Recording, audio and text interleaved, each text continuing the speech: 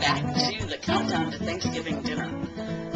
7 days to go. Okay, what else can you bake ahead so you don't have to think about it on the day of Thanksgiving? And I vote for a vinaigrette. Now, I don't know about you, but I'm a big condiment person, and the little things like a delicious balsamic vinaigrette, maybe a little Dijon, and a zest of some citrus would be just so delightful with a turkey dinner, and all the fix-ins just tend to be heavy, so I think this will lighten it up.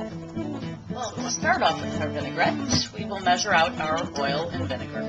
I am using a nice balsamic vinegar, and I'm going to measure out about a 1/4 cup right here. No, I say a 1/2 cup. I'm going to make a little more here. 1/2 cup of vinegar. That's a lot of vinegar, and the typical recipe gives you some crazy proportion of maybe 1 part vinegar to 4 or 5 parts oil. Well, that's too oily for me, so I'm going to take my olive oil. I'm using Spanish olive oil. I'm going to measure out a cup. So basically, my proportion of oil to vinegar is a little more reasonable. I'll use a 1/2 cup balsamic to, let's say, 2/3 of a cup of oil. Not even a 1 to 2, because, you know, I'm always a little fat conscious here.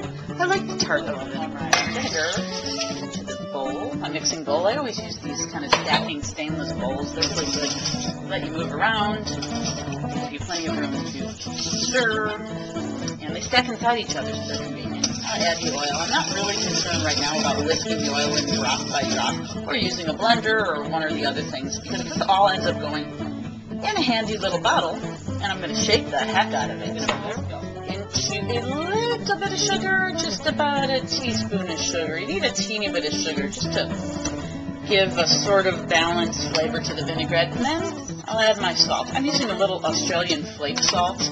I get a little crazy about my salts. I either use a flake salt like this. This is a pink Australian flake salt. It's about a 1/2 teaspoon or so. And if I don't use a flake salt, I will put rock salt in my, what most people call vinegar.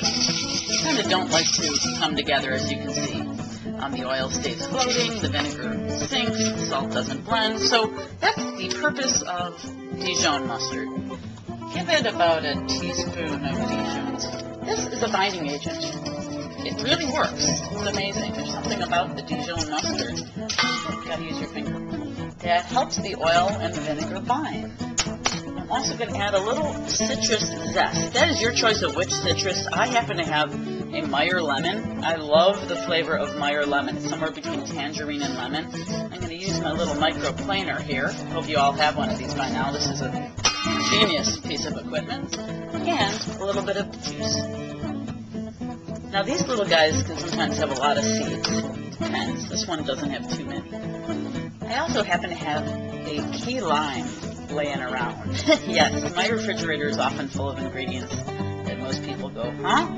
But since I have it, I'm going to roll it on the counter a little bit, loosen up the juices, grab a teeny bit of zest there. Let me use this guy. Now, key limes, you don't get a lot of juice, but you can get a little bit of juice. This will really add a nice freshness to it. And a little acidity outside of the balsamic vinegar.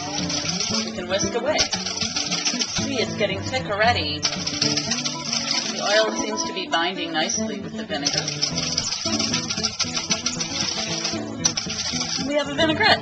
It's not that complicated, but I am going to pour it into a jar. I just keep a jar from spices or seasonings or a former dressing I had, and oh wow, you know what?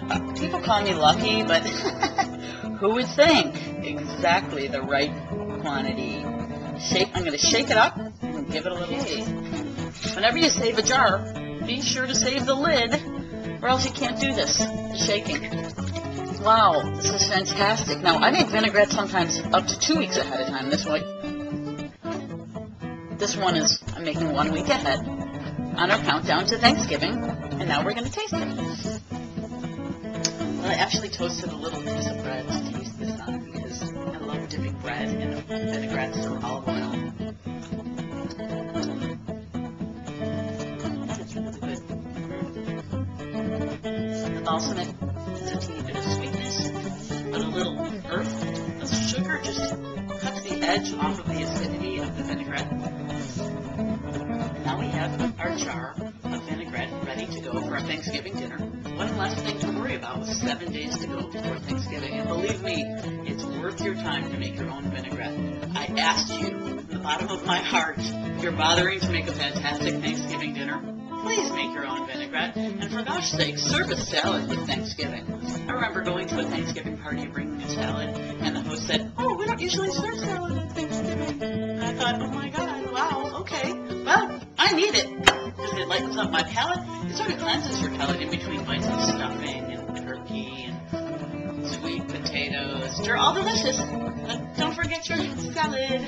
Greens, mesclun with a little arugula, and a lovely Dijon balsamic vinaigrette that we made a week ahead. Happy almost Thanksgiving. The countdown continues. Join me again for more. Thanks.